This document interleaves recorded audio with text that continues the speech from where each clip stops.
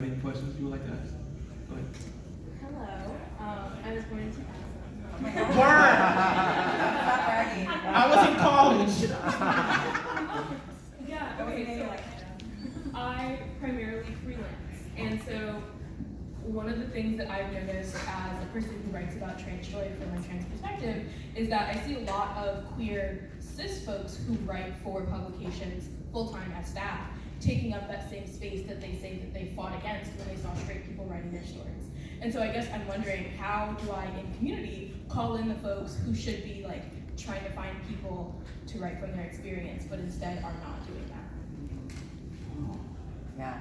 There's a really great, I don't know if you're part of this Slack group for the Trans Journalists Association with and Allies that they have. It's a really great Slack group. If you're not, we can connect and I'll add you, because there's a lot of good conversations about that going on there, and especially like within Allies who do have spots, like staff positions in places where they like have the ability to hire trans writers, or like to, if they're asked to do something where they relinquish themselves because they're like, I'm actually not the best person to do that. I know somebody that'll let me connect you. So I feel like there has to be more of that kind of work done, because a lot of times editors are going to go to the people that they already have a connection with, or think like, oh, they can do that because they're part of the community and they'll understand, but they're actually not like of the trans experience, or like won't be able to do it. And I think so that's one thing that I've noticed is happening a lot more with trans journalists, like gathering and also wanting to make sure that allies are privy to what kind of things that we can really be doing to actively make sure that trans people are able to tell their own stories, because that is a big problem. And I do think that Pose did alter that, because people then started to get more pressure about like,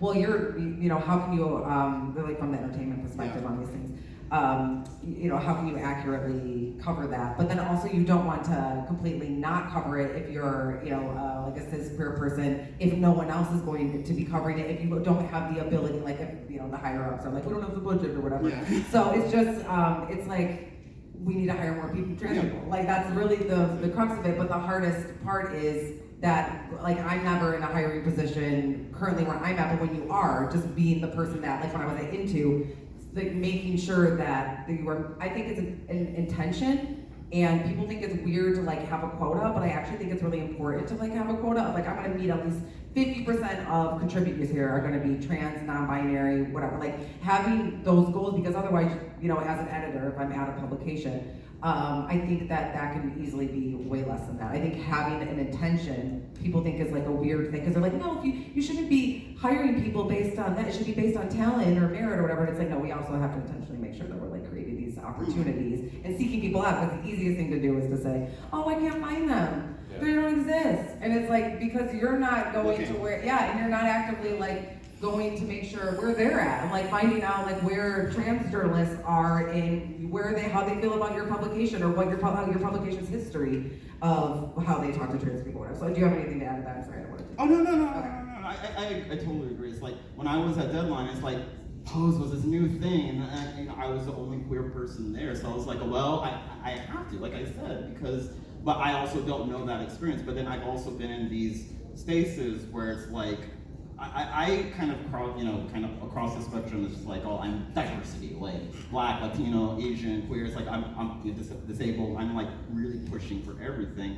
So a lot of people know me as that. So someone might ask me, like, it's a Black movie, and they ask me to moderate, and I'm like, oh no, you need to ask a Black person to moderate this. Or if it's like a trans movie or something, and they ask me because I'm queer, I'm like, oh no. Here are a list of people that I always try what I can do in my power to help make that space that, I have a space, and I'm just being very mindful of and intentional of what I'm doing. And I'm like, oh, do I have, I don't want to say the right or the bandwidth or the perspective to help tell this story, or am I just doing it because, to do it, to be popular? But like, also at the same time, like when I was watching Pose, I'm also watching it as a TV show. As well as like, is this representative of the queer culture, or how is this representing the queer culture? And like all my coverage, especially with film and TV, is really based in, identity. Yes, that's part of it, but also it's like, oh, this is doing a job. Did it do the job, and did it do it well?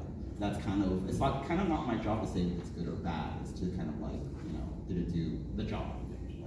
Can I add something really quickly to that? Also, like, GLAAD has two wonderful trans guys that head up their, Alex and Nick at GLAAD are just, they know everything that's going on, so if you're specifically interested in like entertainment and culture stuff.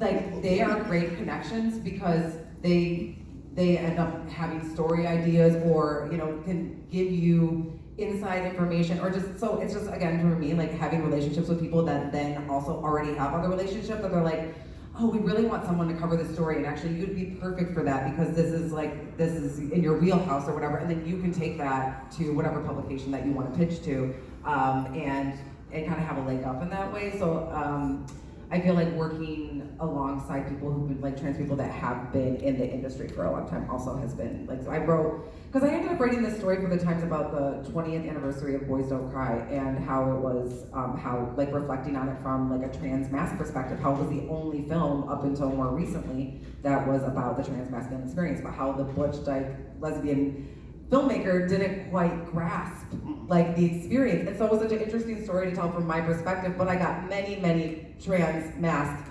writers, advocates, you know, fans of the movie, people that hated the movie, like, so, you know, but I still, you know, I did the best I could do with that, but I still think a trans writer would have had an entirely different story, and it would have been like, it would have been probably better than my story, but at the time, I did what I could do from my experience, and going forward, I think that would be something that I would want a trans person to write, you know? So it's just one of those things where it's like, at the time, you do what you do, and you learn, and then now those people that I use this, even if I just quote them, have been able to, you know, use that press clipping for their own, you know, sort of, so giving them opportunities, even if they're not the ones writing it, but like using them as sources, but giving them the credit, or, you know, making sure that you're shouting them out for all of the resources they gave you as well, you know, just, yeah. Sweet. What's up, Dino? Nice to meet you. I had a couple of questions. The first one is around, you know, I'm of the mindset that sometimes I want to force, you know, white people to write about shit that we have to all the time, and so, but you don't trust them, right? Like a lot of the time, it's like, oh, I want y'all to have to do this, but I also don't trust you to do a good job with it either. But have there been instances where you have seen, you know, people outsiders to certain communities do a good job, and what is it that you think, you know, was the point of difference with them? And then the second question was just around, you spoke about how you're never going to get rich being a journalist, like solely from journalism necessarily, but there are other opportunities, right? Can you speak a bit more about what those are? And then also, you know, I'm not telling you to tell us exactly how much you're making, you know, but, you know, can you just give, if you want to give, you know, just the fellows like just an idea of what you can make, you know, doing certain things, so they have just an idea of what else is available. Totally. God, the money thing is a challenge. Okay. Okay, so what was your first? We're forcing white people. Sorry. That's what he said. Wait, someone who outside of a culture that's not theirs, I guess they did do a great job. I do know there is a journalist in the Bay Area. I think his name is Jeff Chang, Asian. He covers the hip hop culture in a way that no other. He has this web series, or like he had like kind of this docu-series called We Gonna Be Alright, and then this really good book about, you know, the colorization of America called Who We Be. But he doesn't necessarily, it's not, but it's basically black culture, but it's hip hop culture. But hip hop culture is black culture, right? Or and you know, Latino and but I think what he does, I think when people are very thoughtful in what they do, and they kind of, you know, this sounds so woo, but like surrendering to, and not for, hey, look at me, I'm invited to the cookout. No, but like, I'm not gonna lie, I've been in a lot of spaces where there are journalists who are like, oh, look at me, I'm good friends with Ryan Coogler, and I'm all, congratulations, you know, and they're white men, and they think that is what they're supposed to do. That's what they're supposed to do. But I think he's one. That's kind of like he's a journalist, but he's like, now speaking of going beyond your brand, he's this huge author, and he's doing these amazing things. Kind of, he's picking apart like you know, like the book that I read, The Colorization of America, how ads influence, you know, people of color, and like, you know, how, you know, it's weird, like, he was like, oh, why Sprite commercials were targeted towards black people, and you know, it's so, I mean, it may sound funny, but it's kind of disgusting in a weird way, but how he dissects it is really amazing, yeah.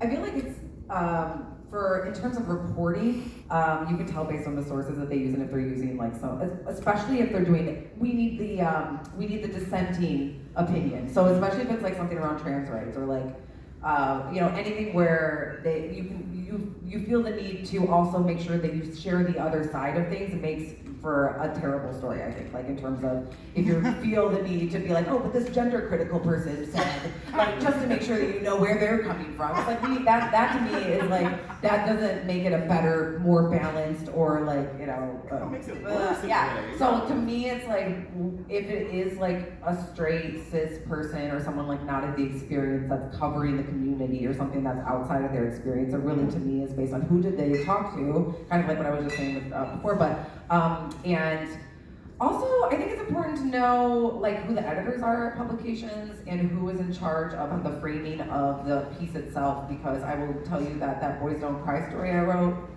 the story is all about how the positioning at the time was Hillary Swank playing a girl pretending to be a bully, and how in the story I'm like, that was fucked up, that shouldn't have been the framing.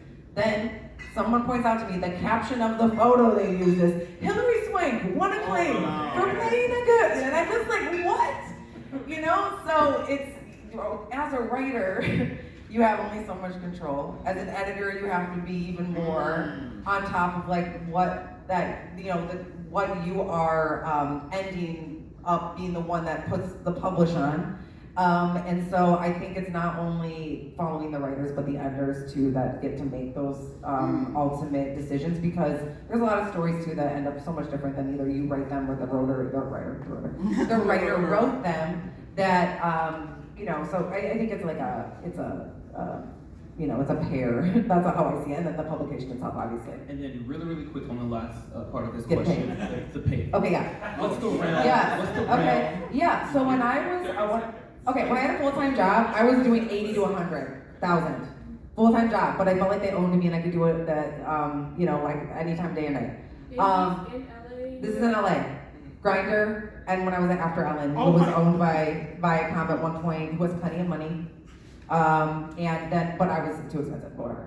But when I'm freelance, if you can get it, like most places will only pay you probably like $200, $300, $400 a thing. But if you write for somewhere like the Times, you'll get like $1,200 or something like that. Magazine publishing, if you can get like a Cosmo feature for a couple grand, that's great. It takes a little bit, you have to wait till it comes out, months down the line, you're gonna be waiting for a long time. But if you can get like Condé Nast money or whatever, like, you'll be waiting. Also, there are also opportunities for you to write press notes. Studios are, I mean, it's kind of a boring kind of thing, but they pay well for that, like $1,200 to $1,500 to do a whole press kit or something like that. I think everyone is as journalists, we're in really good positions to kind of just use our talents in a way to make money. Well, thank you guys so much. Get money. I hope you guys enjoyed it and got some beneficial information. Thank you all so much. We can keep this conversation going either in the lobby or outside, but we have to clear this space. So thank you all so much.